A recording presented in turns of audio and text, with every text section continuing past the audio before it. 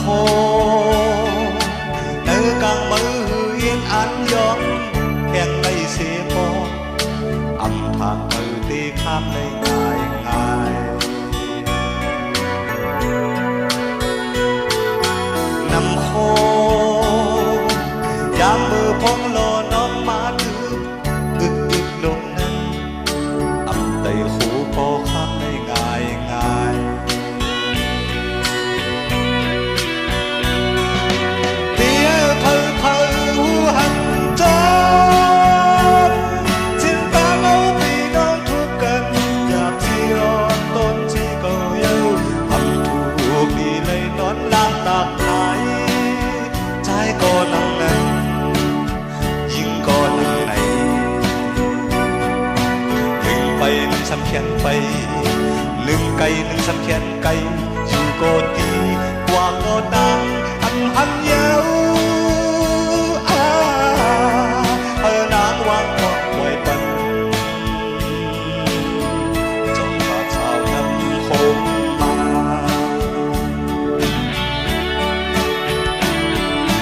ลองสู่ใกล้ๆสักทีที่แล้วที่ใจอันจบถึงตึกใดแตกย้ายกว่าเย้าที่เจ้ายึดอันปีนอันมืดนั่งอ่านใหญ่ยาวน้ำคงรวยนางวางของคอยปันพาชาวน้ำคงมา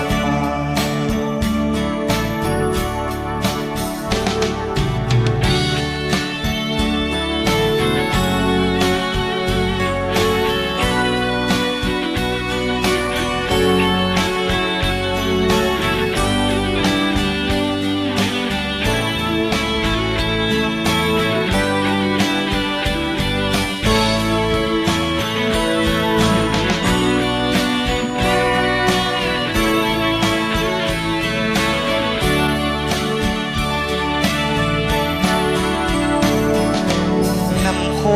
งเนื้อกลางมือเอียนอันยอมแห่งในเสียโบทางเธอที่ข้ามในงาน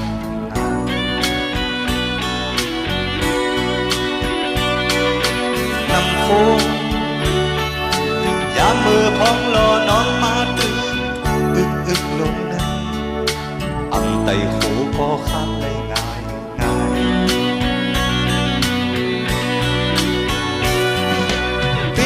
เพอเพอหูหันจน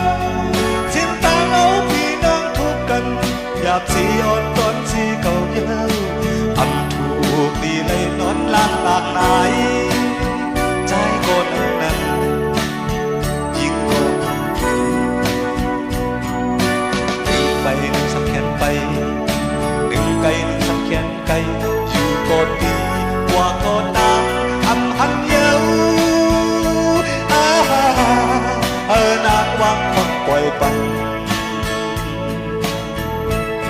จงพาชาวน้ำคงมา